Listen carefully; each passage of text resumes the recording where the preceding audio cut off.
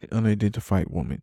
It's a story that began over 40 years ago in a South Lake Tahoe campsite, where a brutal beating and strangling took the life of an unidentified woman. For decades, she lay buried in a grave marked only with the words unidentified female.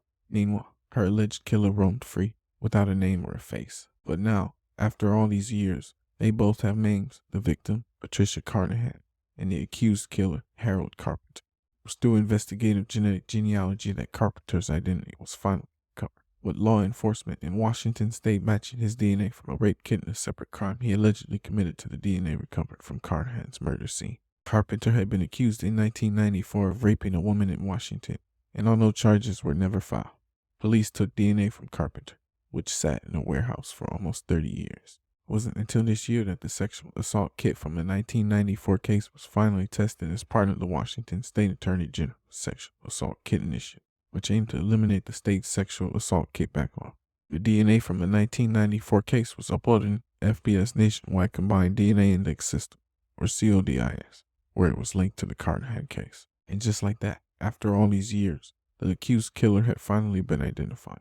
Carpenter's arrest in Spokane, Washington, brought a measure of relief for Carnahan's daughter, who had only discovered in 2015 that her mother had been murdered. Carnahan's identity was uncovered after the El Dorado County District Attorney's Cold Case Unit published photographs of Carnahan's jewelry in a Jewish newspaper after realizing she was wearing a religious pendant when they exhumed her body in 2015. Carnahan's daughter recognized the jewelry and reached out to authorities, leading to the revelation that the long unidentified murder victim was, in fact, her mother. Cases like this illustrate the need to test every sexual assault kit and get their DNA profiles loaded into the federal database, said Washington Attorney General Bob Ferguson. Every untested kit could be a potential break in a cold case. And so, after more than 40 years, Patricia Carnahan finally has justice, and her accused killer finally has a name. It's a story that demonstrates the power of DNA and genetic genealogy in solving cold cases and bringing closure to families who have waited far too long. The Boy in the Box. On a cold winter day in 1957, there was a local college student in the Pennsylvania area who stumbled upon a box hidden in the woods. Little did he know that this discovery would lead to one of Philadelphia's most perplexing and tragic unsolved cases, the case of the Boy in the Box. The student initially assumed that he had found a discarded doll, but upon closer inspection, he was horrified to realize that the box contained the beaten and starved body of a young boy. When the police arrived on the scene, they found the boy's body inside a J.C. Penney box that had once held a crib. He was naked, covered in a plaid blanket, and appeared to be between the ages of 4 and 6. Despite extensive efforts by detectives, the boy remained unidentified for over 6 decades, giving him the moniker America's Unknown Child and the Boy in the Box. However, thanks to advancements in genetic genealogy and some traditional detective work, the boy's identity was finally uncovered in 2023. DNA testing identified the victim as Joseph Augustus Sorrell, a 4-year-old boy who had gone missing from his foster home in Upper Darby in 1954. The discovery of the boy's identity brought a sense of closure to the case, but many questions still remain about how and why he ended up in the woods in such a tragic state. So the mystery of identifying the boy is solved 50+ years later, yet the real mystery still awaits to be revealed. Despite the passage of time, the Boy in the Box case remains an enduring mystery and a source of fascination for true crime enthusiasts. Over the years, investigators have followed thousands of leads, some promising, some dead end, in an effort to solve this tragic case. The case has even inspired books, movies, and television shows, but the true story of the boy at the heart of it all remains a haunting reminder of the darkest aspects of humanity. Today, a headstone at the Ivy Hill Cemetery in Centerbrook, Philadelphia, marks the resting place of Joseph Augustus Sorrell, the boy once known as the Boy in the Box. The memory of this young victim will live on, serving as a reminder of the importance of justice and the ongoing quest for answers in even the most challenging cases.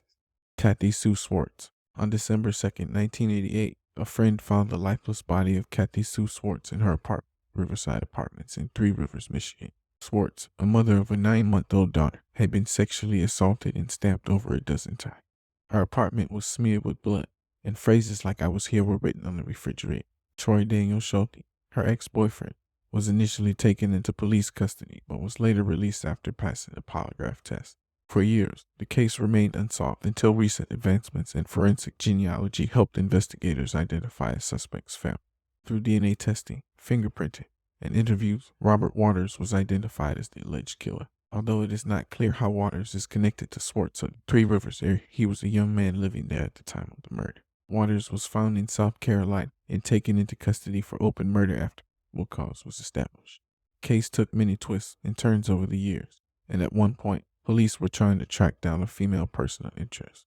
She was described as a blonde, almost 22 years old, 5'2", and 135 pounds, with a fair complexion and feather-type hairstyle. However, it is unclear if she was ever identified by the police. The arrest of Robert Waters has brought a sense of closure to the case that has haunted the Three Rivers community for over 3 decades. Prosecutor David Marvin believes that the new information and scientific evidence they have obtained will help piece together what happened that tragic day in 1988. Finally, those who have lived in fear for years can find solace in knowing that justice is being served. Christina Castiglione. In March 1983, 19-year-old Christina Castiglione was reported missing by her mother after getting into an argument with her boyfriend walking toward her home in Redford Township, Michigan. 8 days later, her body was found in Deerfield Township in Livingston County. Castiglione had been sexually assaulted and strangled. For 40 years, the case remained unsolved until the Livingston County Sheriff's Office's cold case team, staffed by 3 deputies, received a grant in March 2022 to conduct advanced DNA testing on the samples from 1983. The Sheriff's Office sent the DNA evidence to Opera Forensic Laboratory in Texas, which was able to create a genealogical profile of the suspect using his DNA and uploaded the profile to 2 public genetic databases that comply with law enforcement requests, GED Match and Family Tree DNA. The databases revealed one living uncle of the suspect that law enforcement was able to track down Opera Scientists were able to build a family tree using Shaw's uncle, and the Sheriff's Office obtained DNA samples from his son and brother. Analysis by Opham confirmed that the suspect from 1983 was the father and brother of those samples, leading them to Charles Shaw. Shaw was living in Livonia, had a criminal history including attempted abduction of another woman, lived about 5 miles from where Castiglione disappeared in Livonia. He died in November 1983 on erotic asphyxiation, so there will be no justice for Castiglione in the court system. The Livingston County Sheriff's Office is hopeful that other law enforcement agencies can use the information about Shaw to try and solve other cold cases there. The case marks the first time the Livingston County Sheriff's Office used DNA genealogy technology. Officials say the cost of genealogical profiling has decreased significantly over the past 10 minutes, 15 years of local law enforcement to use it with the help of grant. Castiglione's sister was happy when police told her they had identified her killer, sheriff's deputies said. Cold case team is investigating 4 other unsolved homicides, according to the Livingston County website. Cooperation of the Shaw family during the investigation was paramount to identifying Charles Shaw as the person responsible for the homicide of Christina Castiglione, the Sheriff's Office said in a news release. Deputy Edwin Moore, that worked on her murder case in 1983, said, "Happy that we're able to bring a conclusion to the family. The case was unsolved, and I was part of the group that originally processed the scene and did the interview. While there may not be justice in the court system for Christina Castiglione, her family can now have some closure knowing that her killer has been identified." Billy London. On October 29, 1990, the discovery of the dismembered body of a young gay porn star shocked the West Hollywood community. Billy London, whose real name was Bill Newton, was only 25 years old at the time of his murder. The investigation into his death remained unsolved for over 30 years, until an amateur internet sleuth, Clark Williams, brought new information to the attention of the LAPD. Williams became interested in the case when he joined the Facebook group The History of Gay Wisconsin, where he found a post about Newton's murder. Williams was drawn to the case because he and Newton shared many similarities. Both were gay men born in the same week in 1965 and grew up in northern Wisconsin before moving to larger cities. Williams eventually uncovered information about Rick Pasquet, who appeared to be the first local sleuth to investigate the case after police failed to find any leads. Pasquet was a gay porn producer who worked under the alias Richard Lawrence at the same time Newton was in the industry. Williams eventually found Houston's name, which led to the connection with Daryl and Nat. Nat, a transgender convicted killer who now identifies as a Jewish woman, has already been serving a life sentence in Oklahoma for the murder of 2 other men. She confessed to the 1990 murder of Bill Newton after Williams brought new information to the LAPD. Nat claimed that she and her skinhead friends targeted Newton for a robbery and to beat the crap out of him. The robbery ended with Madden strangling Newton to death.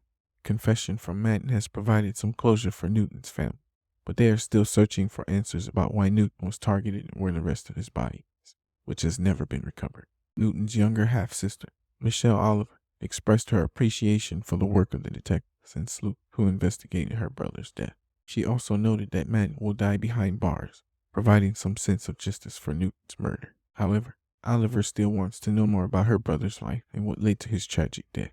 Billy London was a young gay man who pursued a career in the porn industry. He was a member of the close-knit gay community of West Hollywood, where he was well known and respected. His untimely death was a tragedy that shook the community, leaving many wondering why someone would commit such a brutal act of violence. London's death is a reminder of the violence that LGBTQ+ individuals have faced throughout history. Despite the progress that has been made in recent years, members of the LGBTQ+ community still face discrimination, violence, and hate crimes. It is important to continue to fight for equality and justice for all individuals, regardless of their sexual orientation or gender identity. Karen Bentz and Loretta Jean Davis. The tragic murder of Karen Bentz in 1970 and Loretta Jean Davis in 1975 left the family devastated, community shocked. For over 50 years, Karen Bentz's sister Sandra Utterback, who was 14 at the time of her sister's murder, waited for justice to be served. Finally, the day arrived when she could face the killer in court and see him receive the sentence he deserved. Gustav Swartz, 78, of Jackson Township, was convicted by a jury last month of all 5 charges he faced, including murder and aggravated murder for the murders of Bentz, 18, of Akron, and Davis, 20, of Brimfield. Both women were stabbed to death, with their bodies dumped along roadsides. Prosecutors said Swartz terrorized women for several years, luring them into his car and choking or threatening them with a knife if they didn't do his sexual bidding. They said Bentz and Davis refused to comply, and Swartz stabbed. At Swartz's sentencing, Utterback, who was the only surviving member of her immediate family, urged Summit County Common Pleas Judge Allison Bro to sentence Swartz to life in prison without the possibility of parole. Bro went with this recommendation, sentencing Swartz to life in prison without parole for 15 years for Bentz's murder and life without parole for the slain Loretta Jean Davis. She ran the sentences consecutively. During the hearing, Utterback expressed her relief at finally seeing the killer face the consequences of his action. I can never get my sister back no matter what sentence you receive, but at least you won't be able to destroy any other family, Utterback said via Zoom. This has haunted me since I was 14 years old, and, although it was heartbreaking to relive, I know Karen is looking down, please. Utterback also spoke about the impact her sister's murder had on their family. Her father nailed the windows shut because of not knowing who killed his daughter and being concerned about the safety of his other family members. He had a nervous breakdown, and her mother turned to alcohol to numb her grief. Utterback was left, at the age of 14, to care for her brother Jerry and for Lori, Karen's 4-year-old daughter. Despite the tragedy, Utterback shared happy memories of her sister, who she said was beautiful and kind. She did not deserve the fate she met on that night at the hands of her, Utterback said. Utterback also thanked Doug Ball, a retired Talmadge police captain who reopened the investigation into Bentz's murder and tied it together with Davis' slaying. The sentencing hearing was emotional and heartbreaking, but justice was finally served. Swartz was sentenced to life in prison without the possibility of parole, and the family of Karen Bentz and Loretta Jean Davis have finally received the closure they had been waiting for over 50 years. Megan Mcdonald. On March 15, 2003, Megan Mcdonald's body was found near a dirt path on the outskirts of Middletown, New York. The cause of her death, blunt force trauma, was immediately apparent. The search for her killer lasted over 20 years until her former boyfriend, Edward Holly, was arrested as a suspect in the murder on April 19, 2023. Megan was only 20 years old at the time of her death. She had been a student at Orange County Community College and worked as a waitress at the Galleria Mall in Middletown. Holly had been her boyfriend and primary supplier of marijuana, which they smoked together every day. Megan lent Holly money to buy a car, but when he refused to pay her back, an argument ensued, leading Megan to end the relationship.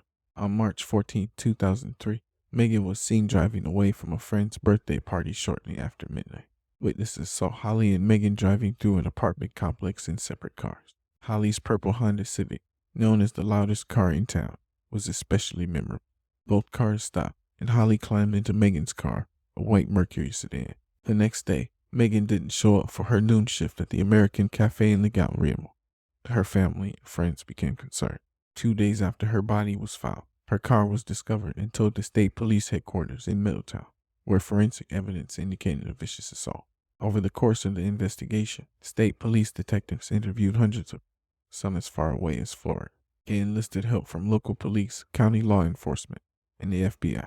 In 2022, the New York Police Department Detectives Endowment Association and the FBI offered a $20,000 reward for anyone with information that could lead to a conviction in the case. Megan's father, Dennis McDonald, was a respected New York Police Department detective who helped investigate the first attack on the World Trade Center in 1993. He died in 2002, a year before his daughter's murder. Megan's family, local law enforcement, and Middletown residents have been frustrated by the case's lack of progress over the years, but they never gave up hope that justice would be served.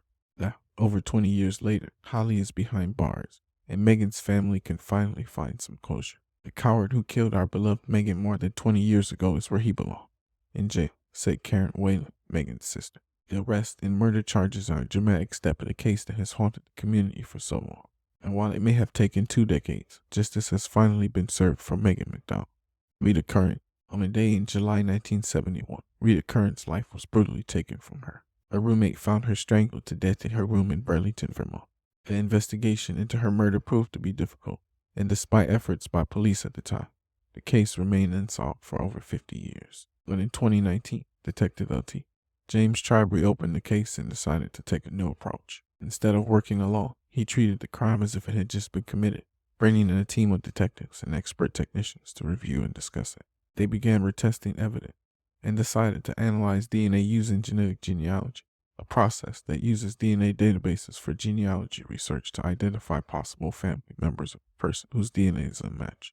Breaking the case finally came in 2014 when a DNA profile was extracted from a cigarette butt that had been found next to Curran's body.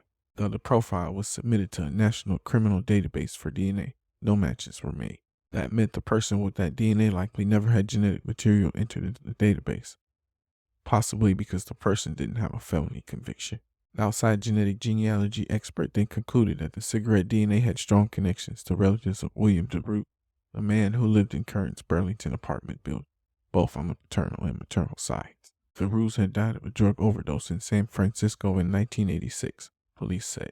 Investigation report released Tuesday says that investigators are unanimously certain DeRue was responsible for Curran's murder. DeRue, who lived with his wife 2 floors above Curran, had a fight with his spouse on the night of the July 1971 killing and left their apartment to cool down, according to the Burlington Police investigation report. But when investigators questioned DeRue and his wife the next morning, the couple said they had been together all night and didn't hear or see anything. After police left, DeRue told his wife if they were questioned again, she should not admit that he had left the apartment or they would go after him because he had a criminal history, police said during a news conference Tuesday. Finally, investigators found that DNA left on Curran's ripped house coat also matched the DNA on the cigarette butt.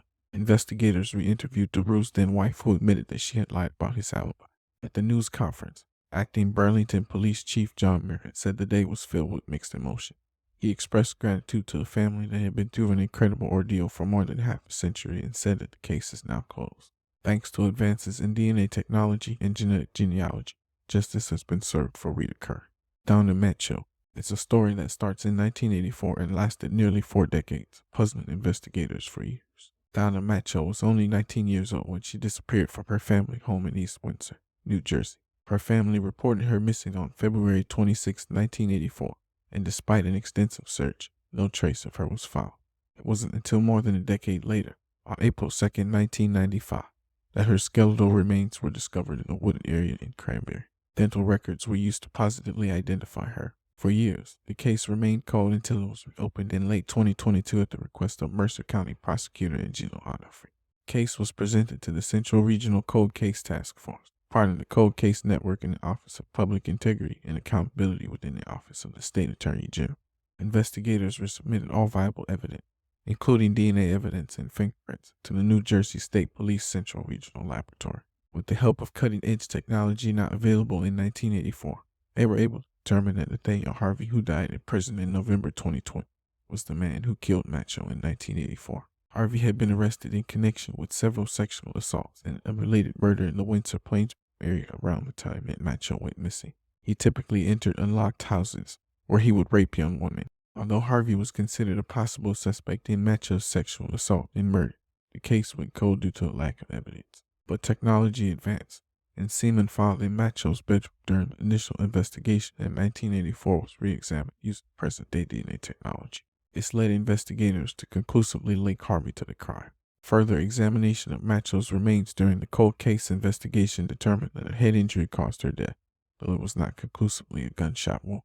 Her death remains recorded as a homicide. The story of Donna Macho is one of tragedy, mystery, and perseverance. It's a testament to the tireless efforts of law enforcement and the incredible advancements in technology that continue to help solve even the coldest of cases. Ella Kane. On October 23, 1988, the body of 26-year-old Ella Kane was found strangled to death along Anzalone Trail in Perry Township, Pennsylvania. Despite collecting DNA evidence from Kane's clothing, no match was found.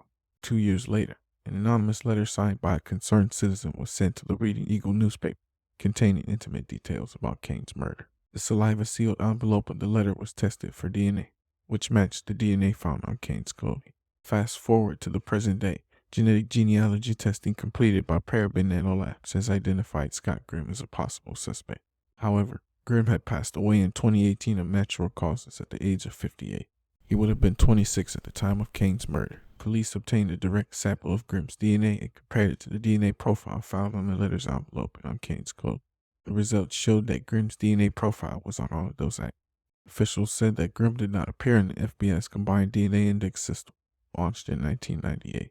It was discovered that Grimm was arrested in Berks County in 2002 in a harassment case in which he was alleged to have mailed intimidating letters to his former business partner. An investigation into Grimm's history and background continues, including his exact relationship with Kane. Although it was previously reported that Kane worked as a prostitute, police have not found any relationship between her and Grimm so far. However, it is possible that Grimm was a customer. Kane was described as a mother of 3 who had lived in Reading but had moved to the Birdsboro area shortly before she was murdered. In closing, despite the fact that Grimm will never face justice for Kane's murder, authorities were praised for their diligent work in solving this cold case and giving closure to Kane's family. Mary Mathis Davis. On May 30, 1987, Mary Mathis Davis, a 29-year-old woman from Lexington, North Carolina, went missing from her job at Lanier's Hardware. She had left for lunch but never returned. The next day, her lifeless body was found behind the former Winn-Dixie at 82 East Center Street, and the case went unsolved for 36 years. However, on Tuesday, the Lexington Police Department announced that they had finally solved the case. Thanks to advancements in DNA technology, investigators were able to identify a suspect through a comprehensive genealogical profile. Police Chief Robbie Rummage stated that investigators collected a variety of evidence at the scene, but at that time, there wasn't technology to process DNA evidence. It wasn't until recently that investigators were able to resubmit some physical evidence and identify a suspect through a comprehensive genealogical profile. The suspect was identified as Russell Grant Wood of Lexington, who passed away in 2013 at 58 years old. If he had lived, he would have been charged with felony first-degree murder, felony first-degree kidnapping, and felony first-degree rape. Rummage praised the investigators who collected the evidence, stating that their wisdom in collecting the evidence was the reason they were able to solve the case. The evidence wasn't viable in assisting the case until very recent. After getting feedback on the submitted evidence from the state crime lab in 2023, investigators with the Lexington Police contacted the North Carolina State Bureau of Investigation, who partnered with Author Inc. to build a comprehensive genealogy profile from the remaining DNA evidence. This profile was used to produce investigative leads in the case and ultimately in identifying the suspect. Although the suspect will never face justice for his crime, the Lexington Police Department hopes that this closure will bring some peace to Mary Mathis Davis's family and loved one. Laurel Jean Mitchell. On August 6, 1975, Laurel Jean Mitchell left her job at a church camp snack bar in Indiana and never made it home. The next morning, her parents reported her missing, and several hours later, a fisherman discovered her body in the Elkhart River. The autopsy showed that she had fought for her life in a violent struggle to survive, and investigators suspected that she had been murdered. For decades, the case remained unsolved, until a breakthrough development in the investigation was announced on May 3, 2023. Indiana State Police and Noble County prosecutors revealed that John Wayne Lehman and Fred Bandy Jr., both 67-year-old residents of Indiana, had been identified as the suspects responsible for Mitchell's death. Lehman and Bandy were both arrested and are being held without bond at the Noble County Jail. According to court documents, Mitchell had decided to walk home on the night of her death instead of accepting a ride from a friend. A witness reported hearing voices saying, "Let's get her," and another witness heard a loud car in the neighborhood, possibly an Oldsmobile Cutlass, which Bandy owned at the time. In 2013, a woman came forward and claimed that Lehman had admitted to her that he and Bandy had committed a crime after a date at a party when she was 16 in 1975. In 2014, another witness, Bill Mcdonald, said that Bandy had confessed to the crime at a party and implicated Lehman. The case remained unsolved until recently when Mitchell's clothing was resubmitted for DNA testing. After 3 suspects were eliminated, attention turned to Fred Bandy, who voluntarily provided a DNA sample. The results showed that Bandy was 13 billion times more like contributor DNA in Mitchell's clothing than any other unknown person. Investigators concluded that Lehman and Bandy had used Bandy's Oldsmobile to take Mitchell to the Mount Hart Roost public access site at Noble County, where they forcibly removed her from the vehicle and deliberately drowned her with premeditated malice. The case is a culmination of a decades-long investigation, and the authorities credit the Indiana State Police Laboratory Division for playing a significant role in filing charges. While justice has been served for Laurel Jean Mitchell and her family, the suspects, Lehman and Bandy, will now face trial for their alleged crime. Lise Holstead. On a summer day in August 1986, Lise Holstead's life was brutally taken from her. The 22-year-old single mother was found raped and strangled in the marshy area in Green Bay. Her murder went unsolved for 34 years, leaving her family without closure and justice. However, in 2019, Detective David Graff with the Green Bay Police Department used DNA evidence found on Lisa's body in investigative genetic genealogy to track down a suspect.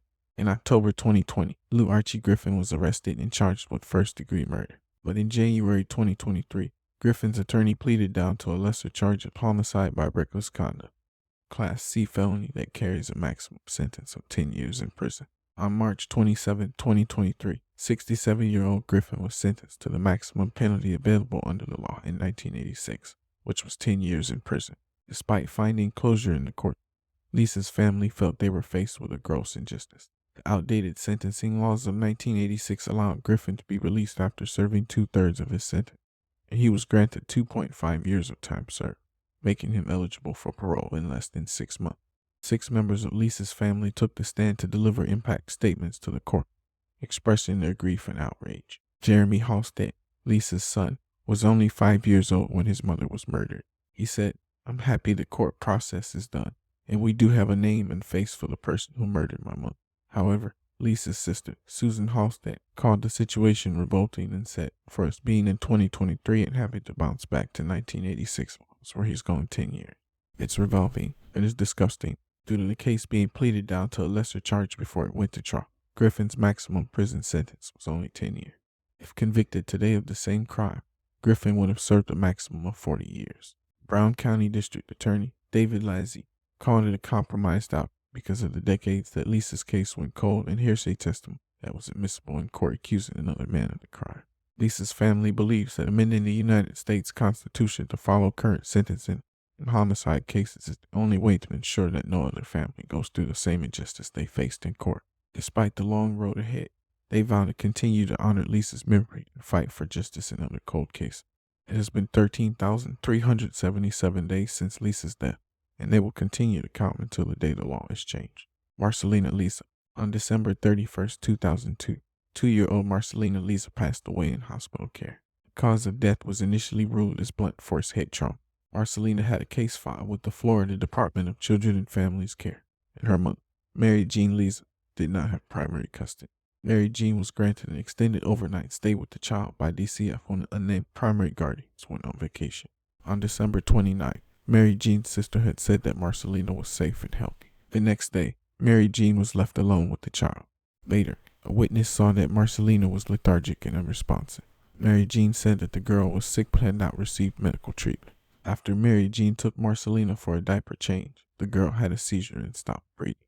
She was found with 18 bruises on her body, and a CT scan revealed that her brain had cerebral atrophy and chronic subdural hemorrhages. The child protection team physician determined that the injuries were recent, and OCSO deputies began a child abuse investigation. Marselina was transferred to Sacred Heart Hospital in Pensacola, but did not survive. The medical examiner determined her death to be a homicide by blunt force trauma. During a 2003 interview, Mary Jean said that she could have hurt the child in a blackout of rage but did not recall ever harming Marselina.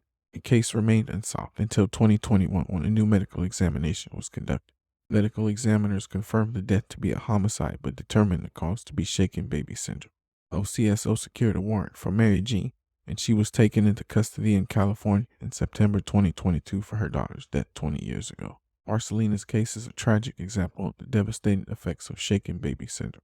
It highlights the importance of recognizing the signs of child abuse and the responsibility of adults to protect and care for vulnerable children.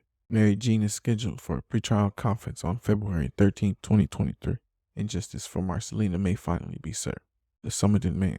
For over 70 years, The mystery of the Somerton Man has puzzled investigators in Australia. His body was discovered on Somerton Beach in Adelaide in 1948, and despite numerous investigations and theories, his identity remained unknown.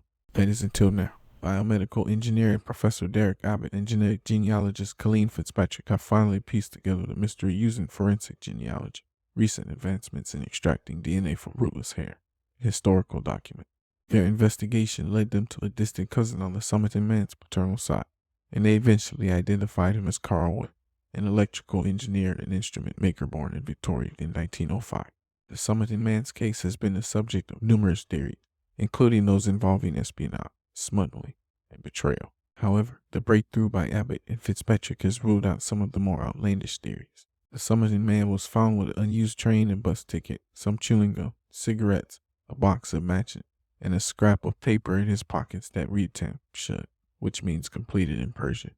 The only other clue was a suitcase found at a nearby train station with the name T. Keen or Keen on some items in a laundry bag.